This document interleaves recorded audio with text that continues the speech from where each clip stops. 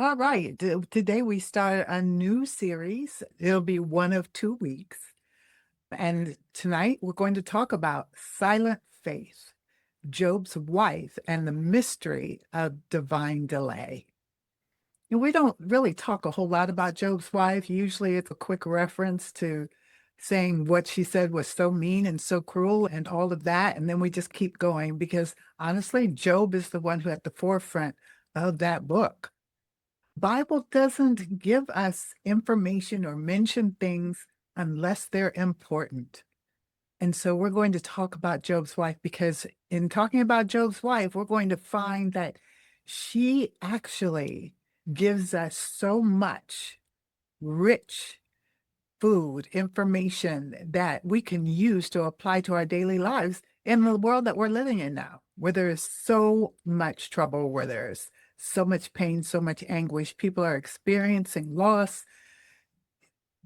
Her story and how it went is really apropos. So we're going to get started. Here, let me share. First slide. Okay. Oh, that's not the first slide. There we go. Okay. All right. So we're going to talk about when loss is too heavy for words. Now, Job's wife is absolutely unnamed. There's nowhere in scripture will we hear a name for her, but she stands as a symbol of an element of Christian faith that gives us an example of how to handle suffering. And that is a question that we're all faced with at one time or another during our Christian walk. How do I handle suffering? Should we lament? What do we do when our prayers for relief are met with silence from God? And what role do hope and trust play, if any, as we go through the mystery of divine delay to our request for relief from suffering? Now, one thing Jesus did tell us that in this life we would have trouble, but we know we can overcome because he overcame as well. So at the moment, I'm going to stop the slideshow and we're going to go into our scriptures. We're going to start with the beginning of Job chapter 1, verses 1 through 7. Okay. And of course, I can help read too as well. I was okay. I was trying to get off of mute. I'm sorry. Oh, that's okay. Okay, so I'll read Job 1 through 7. Okay. There was a man in the land of Uz whose name was Job, and that man was perfect and upright, and one that feared God and eschewed evil. And there were born unto him 7 sons and 3 daughters. His substance also was 7,000 sheep, and 3,000 camels, and 500 yoke of oxen, and 500 she asses, and a very great household, so that this man was the greatest of all the men of the east. And his sons went and feasted in their houses, every one his day, and sent and called for their 3 sisters to eat and drink with them. And it was so, when the days of their feasting were gone about, that Job sent and sanctified them, and rose up early in the morning, and offered burnt offerings according to the number of them all. For Job said, It may be that my sons have sinned, and cursed God in their hearts. Thus did Job continually. Now there was a day when the sons of God came to present themselves before the Lord, and Satan came also among them. And the Lord said unto Satan, Whence comest thou?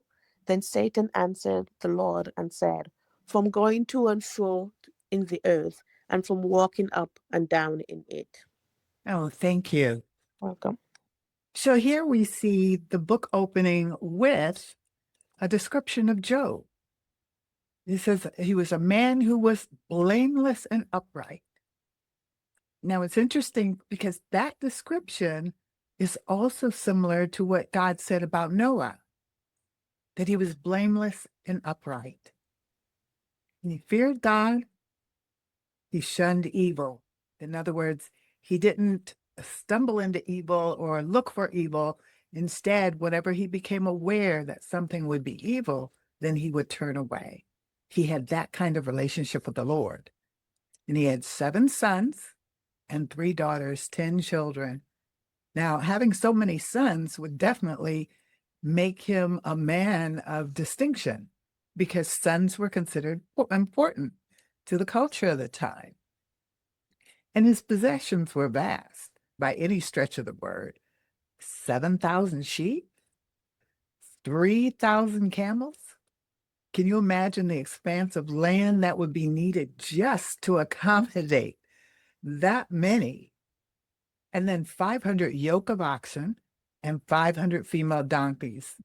And of course, he would have a very large household because that would include servants and their families, all needed to be able to run this huge enterprise, right? But it says that this man was the greatest of all people in the East. He was held in prominence, high esteem. He had a great deal of influence. He was known as a man of God. Obviously, he did a thriving business. So he had an impact in the earth, and it was a positive one. And then we talk about his spiritual sensitivity. He said he knows his kids are loved and they love God, but just in case they've slipped up in the midst of partying and whatnot, he would offer offerings for them, burnt offerings, to intercede on their behalf, to make sure that they would stay in good standing with God. But then, by the time we get to verse 6, oh, it's going to introduce what comes next. There was a particular day when the sons of God came to present themselves before the Lord, and it's just Satan came too. He came as the earth's representative. We're going to find out what he had in mind. Let's start with verses 8 through 12. The Lord said to Satan, "Have you considered and reflected on my servant Job? For there is none like him on the earth, a blameless and upright man, one who fears God with reverence and abstains from turns away from evil because he honors God." Then Satan answered the Lord, "Does Job fear God for nothing? Have you not put a hedge of protection around him and his house and all that he has on every side?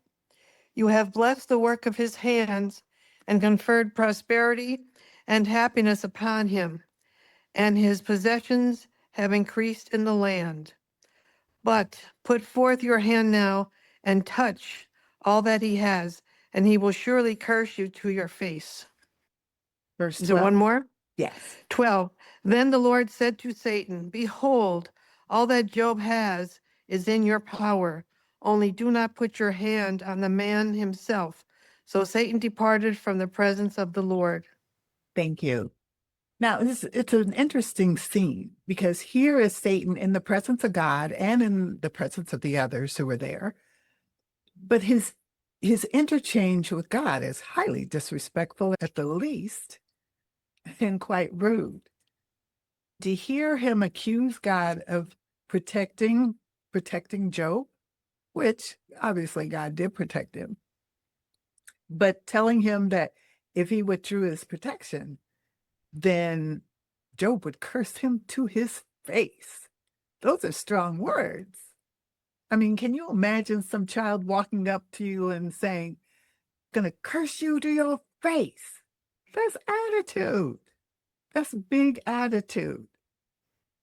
But God didn't respond to what Satan's tone of voice was. Instead, he gave him permission. As a matter of fact, it's as if Satan wasn't even aware of Job until God pointed him out to him. And that's going to be a point that you want to stick a pin in as we go along. So Satan left the room, obviously went back to the earth, and decided to work on Job. So let's pick it up at verses 13 to 15. Now there was a day when Job's sons and daughters were eating and drinking wine in their oldest brother's house. And a messenger came to Job and said, the oxen were plowing and the donkeys were feeding beside them. And the Sabines attacked and swooped down on them and took away the animals. They also killed the servants with the edge of the sword, and I alone have escaped to tell you. Thank you. That would be just shocking to find out that your animals have been raided and taken away. But on top of that, they even killed your servants. Wow. But remember, Job is very wealthy. While we'll grieve the servants, we can replace the animals. Let's take a look at verse 16. While he, While, oh, oops, go ahead. While he was still speaking, another also came and said, the fire of God fell from heaven and burnt up the sheep and the servants and consumed them, and I alone have escaped to tell you. Thank you. My pleasure. Now, this is shocking. This second servant comes in while the first one is still talking, reporting on what happened. And he's saying, the lightning fell and burned up all the sheep. All the sheep. And killed the servants. Wow. He said, and I'm the only one who escaped. And I came to tell you about it. Now, this would be a little upsetting at this point. First, I have lost my oxen and the donkeys. And now all of a sudden, all my sheep are gone. I was raided, and now it looks like some kind of weird natural catastrophe. What is going on? It's almost like if someone broke in your house and stole your furniture, it's, oh, okay, people do that. But then it comes along and you find that electricity has hit your garage and burned up your car. What? What is going on? All in the same day. Let's take a look at verse 17 because there's more. Yeah. while he was yet speaking, there came also another and said, the Chaldeans made out 3 bands and fell upon the camels and have carried them away, yea, and slain the servants with the edge of the sword, and I alone am escaped alone to tell thee. Thank you. So What's now the first servant didn't get to finish his report before the second servant came in and started telling his report. And now a third servant arrives and says, all your camels were raided by another group. First it was the Sabaeans and now the Chaldeans. Those groups actually came from the north and the south. And so it's as if, what? People are starting to converge on it? To take everything away? And they killed his servants. It's like they could have just taken the servants. But instead they killed them. This is crazy. You think Job is having a bad day? He's having an extremely bad day. And it's not over yet. Let's take a look at verses 18 and 19. While he was yet speaking, there came also another and said, thy sons and thy daughters were eating and drinking wine in their eldest brother's house. And behold, there came a great wind from the wilderness, and smote the 4 corners of the house. And it fell upon the young men, and they are dead. And I only am escaped alone to tell thee. Thank you. That would be enough to take someone over the edge. You can replace your animals, your livestock, the things that you use to generate an income and support your family, but your children. And he had 10 children, and all 10 of them have died in what would seem to be another natural catastrophe. In the insurance world, they call things like that an act of God. The lightning, the storm, it sounds almost like a tornado. So he's got two of those things happening in the same day. And then to have the rest of his livestock raided. And even with that overwhelming news, back to back, those things are traumatic. One event alone would have been traumatizing. But to have all of these come together, it's almost too much to comprehend. But Job's reaction was interesting. Let's look at verses 20 to 22. Then Job arose and rent his mantle and shaved his head and fell down upon the ground and worshipped and said, Naked came I out of my mother's womb, and naked shall I return thither. The Lord gave, and the Lord hath taken away. Blessed be the name of the Lord. In all this Job sinned not, nor charged God foolishly. Thank you. So his reaction was, even in the midst of grief, because when you tear your clothes in that culture, that means that you are upset, you're in despair, you're disturbed. He obviously was grieving, but he worshiped, recognizing that all that he had been given was from God. He also said that God has the authority to remove it. You notice there is a symmetry as to what we're told he had and then what was taken away. Now, the order of Job's wealth and losses in the narrative is deliberate and highly structured. That reflects an intention to emphasize the totality of Job's blessing and then the totality of his suffering. And this was to test his integrity. They call this a literary symmetry. It highlights the extent of his blessings and the magnitude of his losses.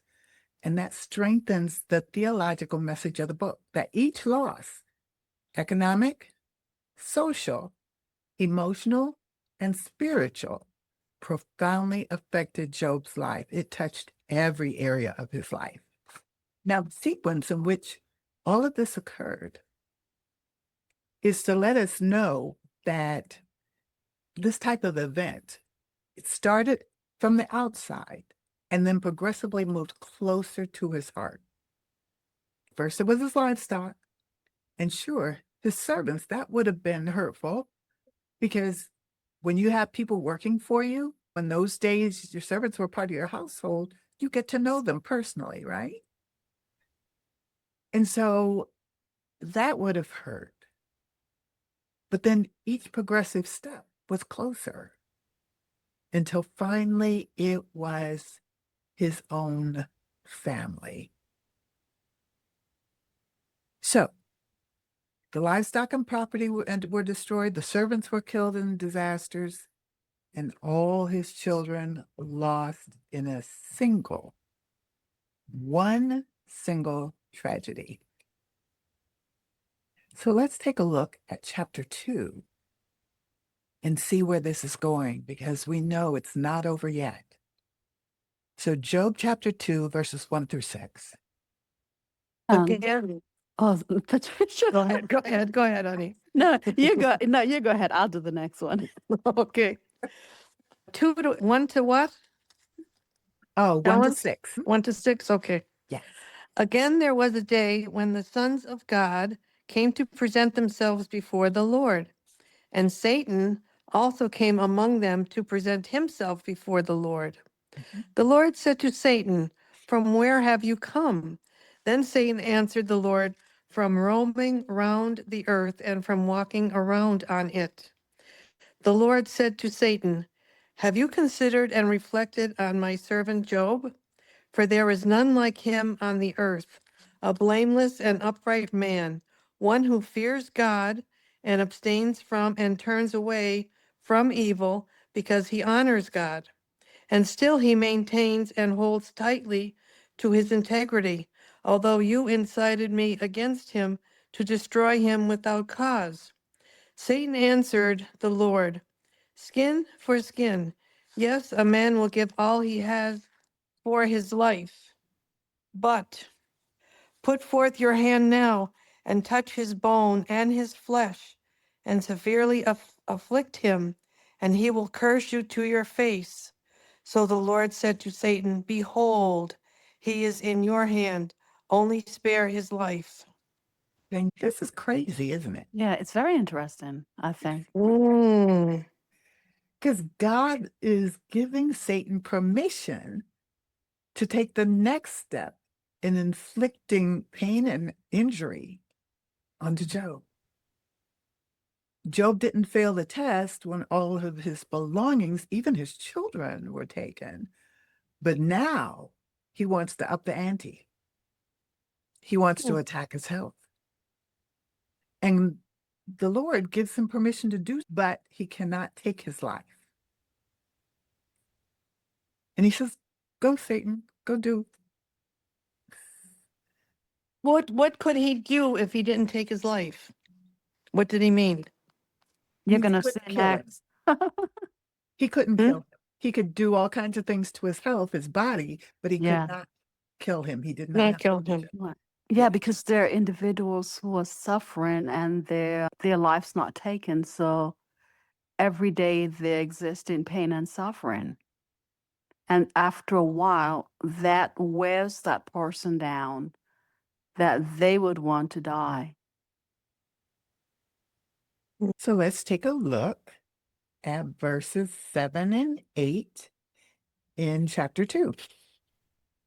So Satan went out from the presence of the Lord and struck Job with painful boils from the sole of his foot to the crown of his head.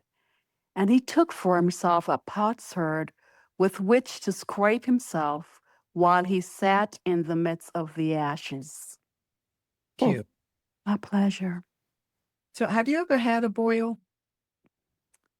If you have, Yes, yeah, I've had one before. it If you have hurts. one, They it is hurt. very painful. Yes, it is. But if you can imagine that multiplied over your Mhm. body, then that's it. That's agony for real. And the closest thing I can think of would be people who say they've had shingles Shingles, and they talk yes. about how painful that is, Mm, except there's no medication to cure it or stop the pain in Job's case. Jesus. So he would have been in agony all the time, not to mention all the eruptions on his skin. They're swelling up, they're pus filled, they're breaking open, some of them would be bleeding. It's just, ugh. And of course, there's an odor that goes with that. And so he's miserable. And that's why it says he took a potsherd to scrape himself, hoping to relieve some of the pain by opening up some of those boils. Now imagine that. It's You're sitting, infection. yes, and you're sitting on a pile of ashes and you're trying to get relief. And Not you're only, exposed to the weather. yeah. And when you have that kind of disorder, then even the air itself brings you pain. The Right. slightest breeze, the slightest movement increases your pain. And then you wouldn't have, no one would want to be around you. So you're also faced with loneliness. Yeah, the only person who might be there is your wife. Yeah. Everyone else is at a distance. Absolutely. So let's take a look and see what's going on, verses 9 and 10 of chapter 2. Then his wife, oh, okay. Go ahead.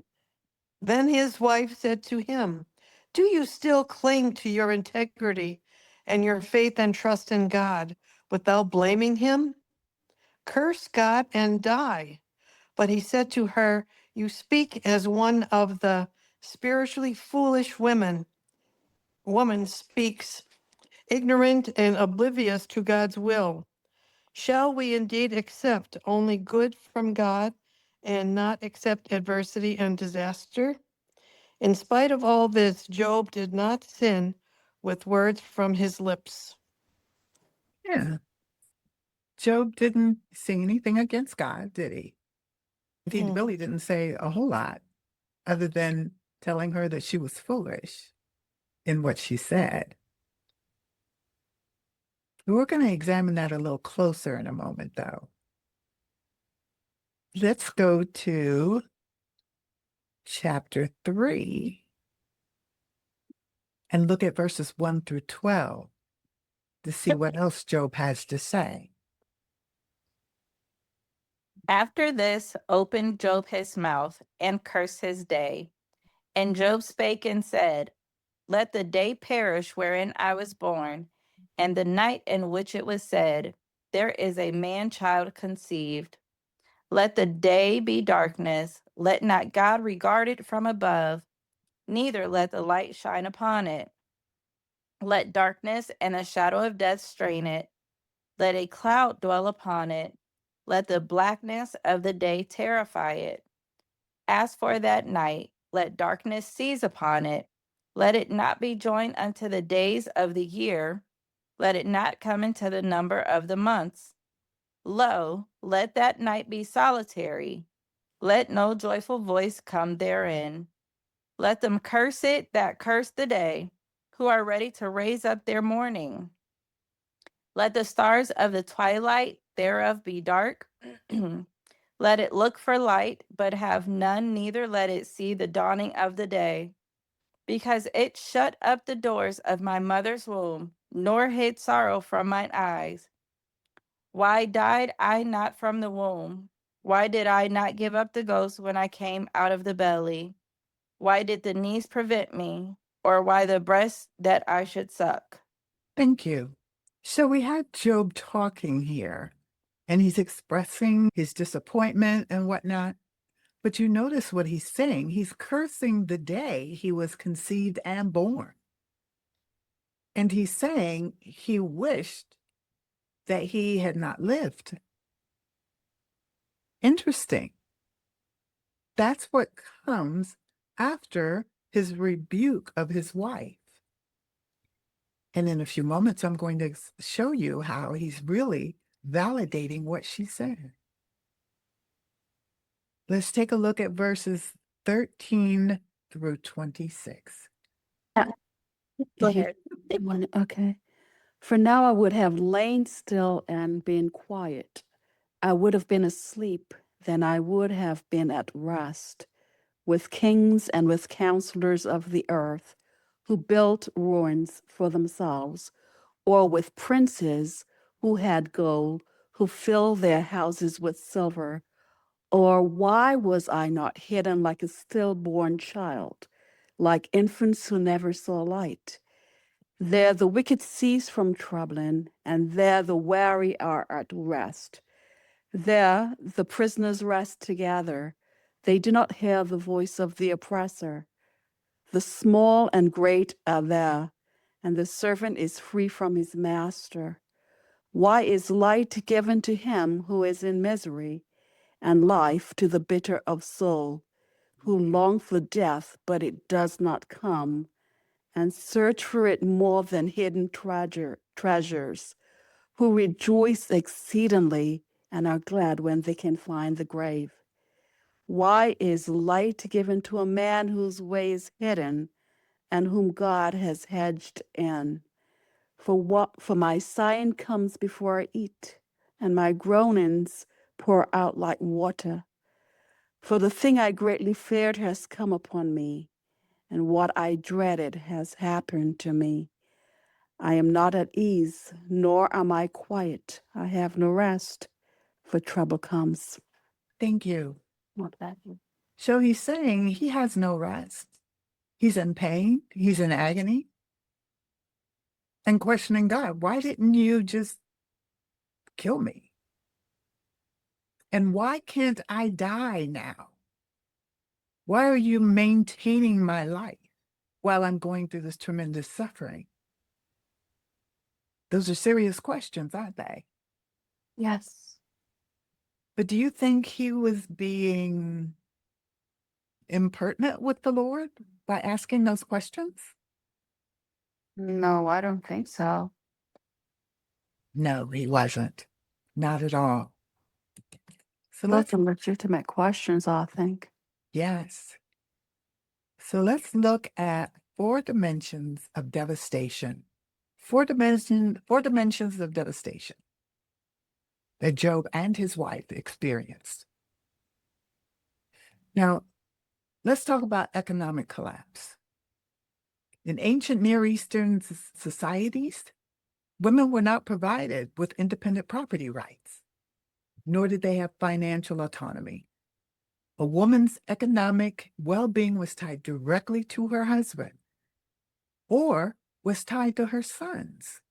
And losing her children, Lot's wife, especially the male heirs, means not only was it the extinction of the family, but her economic support and potential inheritance. So without sons or any kind of extended male relatives to care for, her future could include poverty, dependence, or the need to find work. And back in those days, work did not mean finding a job in an office. It usually meant either working out in the field, possibly begging, things of that nature, or being someone's servant. Now, there were social effects too. Job's wife would have lost her elevated status as the spouse of the greatest man in the East. She once enjoyed highly honored status and belonging.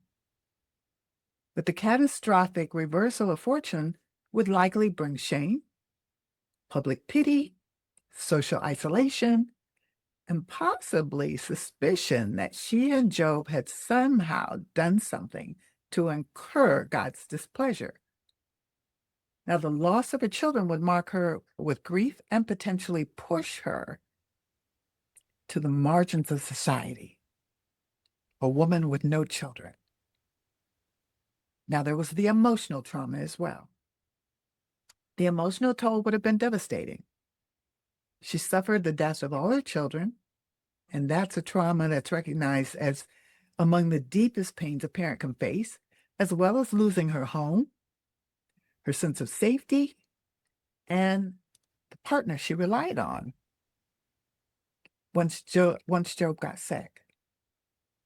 And then watching her husband's intense suffering and enduring her own would only lead to despair, anger, and overwhelming grief, as her words vividly display.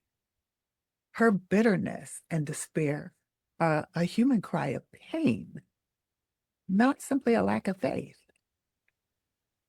And then there was the spiritual crisis. Spiritually, Job's wife expresses the raw crisis of faith that suffering can provoke. Her words revealed a shaken trust in God's justice and goodness. And she voices what many in that culture equated to feel, that God had abandoned them. Ancient cultures sometimes equated suffering with divine displeasure.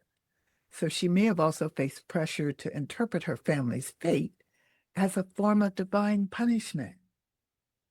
Her struggle serves as a foil to Job's faith, yet she remains a fully human figure, broken, questioning, and desperate. So her experience is a profound portrait, if you will, of human suffering, not simply as a supporting character, but as a woman enduring utter catastrophe, economically vulnerable, socially isolated, shattered, and spiritually shaken within the harsh realities of ancient society. Remember, Job is not walking through this by himself. She is right there experiencing all the trauma as well. So in addition to that economic, social, and spiritual impacts, Job's wife was human. She suffered devastating grief, trauma, and loss from her children and despair at her husband's illness. which meant he was unable to restore what was lost. She watched the man she loved agonize as she became his caregiver day and night. Now, it's interesting to note her famous words, "Do you still hold fast to your integrity? Curse God and die." But that word in the original language that we translated curse is barak, which can mean bless or curse. Early translators immediately used the word curse, assuming Job's wife was being cruel and heartless. And it was shaded with the perspective of patriarchy in which women were assumed to be evil and aligned with Satan, just as Eve was blamed for Adam's downfall. However, later scholars, when looking at the full context, believe she spoke from a heart of pain. Have you ever watched a loved one or a close friend suffer greatly? Perhaps they were diagnosed with inoperable cancer or some other horrible medical condition, and you've watched them struggle for every breath and fight through agonizing pain, yet their strength is diminishing. The medical professionals have nothing more to offer to help them heal. Any additional procedures will just prolong suffering. They know there's not a cure, but they strain to live because they know you don't want them to yield to the disease, but it's inevitable. One day, you wake up and realize you would rather they rest in the arms of God than struggle to stay with you in their present condition. So you sit by their bedside and tell them it's all right, that they can leave. They can go to God and rest and receive eternal healing. Job's wife had watched her husband suffer more than anyone she'd known. And I believe she didn't want him to suffer any longer. I can imagine her saying, "Don't try to hold on to your role as a husband for my sake. You fought hard. Bless God and go to him." Job's wife was not evil. She wasn't being mean. She was grieving. And she was in deep pain. And there in the dark moments of wondering if God was still for them, she believed her husband would at least be granted rest with their children. But she had to ask, why did God allow this? She didn't know. But my question to you tonight is, have you ever been there? Because unless a person has walked those shoes, they would not necessarily understand what she was saying in the midst of her grief. So there were two voices, both experiencing that same crucible of sorrow. Job's speech in chapter 3 marks a shift from silent endurance to vocalized anguish. He eloquently curses not only his birth, but even his conception, lamenting that life has become so agonizing that non-existence would be preferable. He does not curse God, but he openly questions why life is given to those in misery and why death is withheld from those who long for it. His grief is not only personal, but existential, probing the purpose and justice of existence itself. But that parallels with his wife's grief. His words are a parallel. Her expression, though, is more succinct, but it's an equally anguished statement. Curse God and die. Both are traumatized by the loss of children, possessions, status, and health.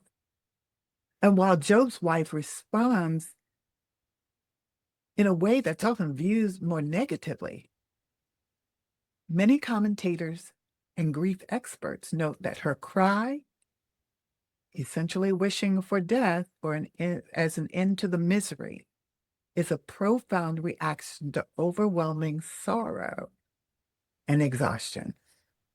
Both Job and his wife are giving voice to despair in their unique ways. She in a blunt statement, he in elaborate poetry.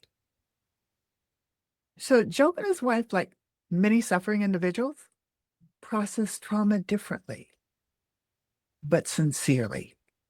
Job's elaborate lament and his wife's terse longing for an end to pain are both valid articulations of human grief. As one commentator puts it, there's no single way to grieve. Job's family demonstrates many different styles of grief, even within a family, but both laments arise from the same crucible of loss. So Job's poetic cursing of his birth both articulates his pain and powerfully echoes and validates his wife's grief-stricken outburst. Rather than simple resignation or sinful despair, both of them are expressing the agony of those who find themselves engulfed by suffering. And that's a central insight into the complexity and depth of human trauma as portrayed in the book of Job. Like Job and his wife, we're often unaware of the real story taking place behind the scenes, because Job and his wife had no clue as to the conversation that God had with Satan. Our ignorance causes us to be confronted with a profound question. As we wait in the silence, which matters more, hope or trust in God? Do they work together while acknowledging the reality of our pain? Or should we fake it until God speaks? Or be genuine in expressing what we're going through? Well, trust, hope, and trust are two wings of faith. And trust is the daily decision to rely on God's goodness and his faithfulness, even when his purposes remain hidden. And this is the mystery of divine delay. What to do or how to respond when heaven is silent and we see no end to the pain and suffering. That's when the questions rise of whether God is angry, good, faithful, aware, or even cares. Trust carries you through the present moment, but hope points you toward the future. It's the confident expectation rooted in God's promises and character, looking forward to the ultimate restoration. That's why knowing the word and character of God is important.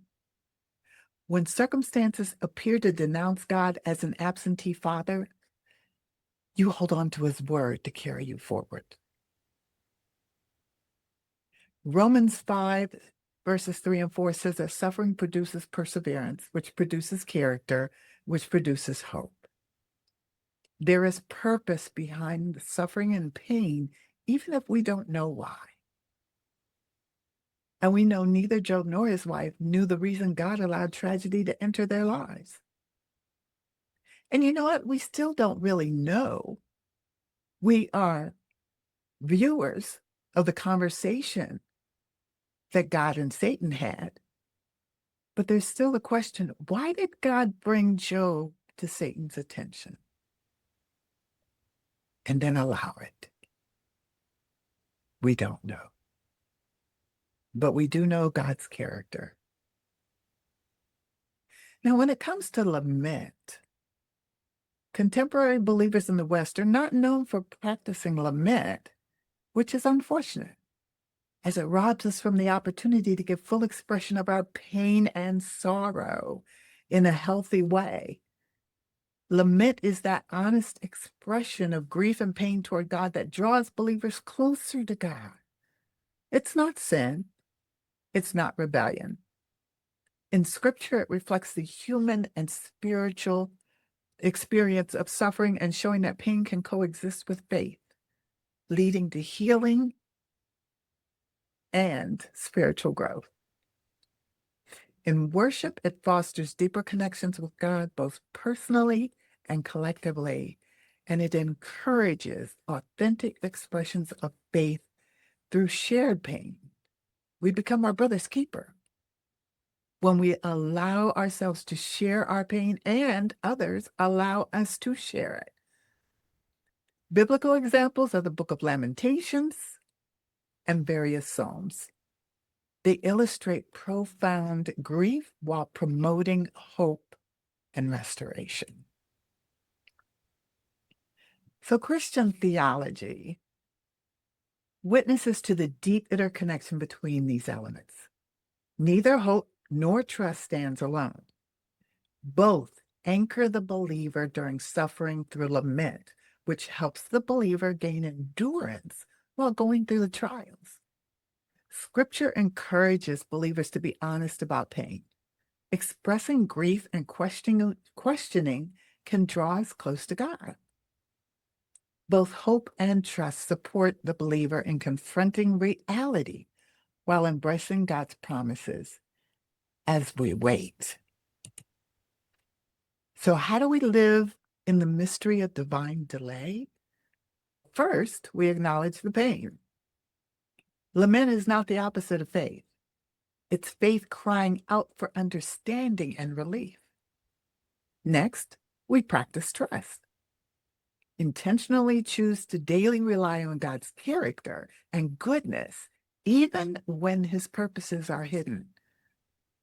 And third, hold on to hope. Look beyond the present suffering to God's promises of restoration, comfort, and ultimate redemption.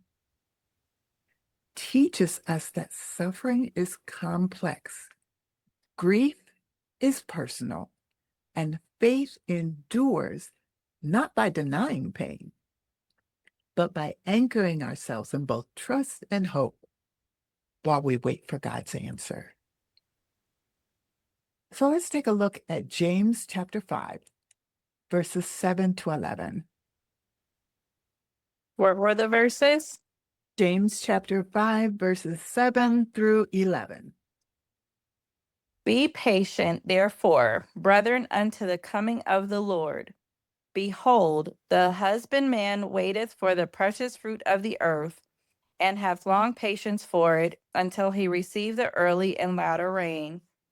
Be ye also patient, establish your hearts, for the coming of the Lord draweth nigh. Grudge not one against another, brethren, lest ye be condemned. Behold, the judge standeth before the door. Was I supposed to go to 9? No, go through No. 11. Oh, sorry. Take my brethren, the prophets, who have spoken in the name of the Lord, for an example of suffering, affliction, and of patience. Behold, we count them happy which endure. Ye have heard of the patience of Job, and have seen the end of the Lord, that the Lord is very pitiful and of tender mercy. Thank you. You're welcome.